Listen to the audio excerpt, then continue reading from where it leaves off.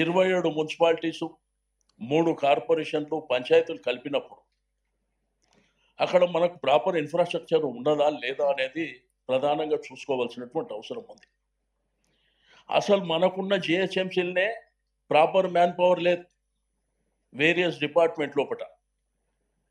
రెండోది ఏంటంటే, రేపు ఇది ఇంప్లిమెంట్ అయిన తర్వాత వాళ్ళకున్న ట్యాక్సులు ఇప్పటి వరకు వేరే ఉన్నాయి, మనకున్నవి వేరే ఉన్నాయి.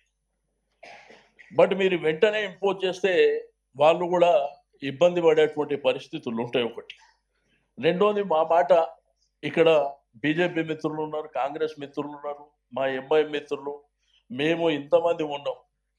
నేను మేయర్ గారికి రిక్వెస్ట్ చేస్తున్నా, మీ గుండె మీద చేసుకొని, లేదు డిప్యూటీ మేయర్ గారి గుండె మీద చేసుకొని చెప్పండి, కనీసం మీకు ఇన్ఫర్మేషన్ ఉందా? మరి మీకు ఇన్ఫర్మేషన్ లేకుంటే ఇంత పెద్ద కార్యక్రమాన్ని, ఇప్పుడు మీరు గతంలో కరోనా మేయర్ గారు లేదని చెప్తున్నారు కదా,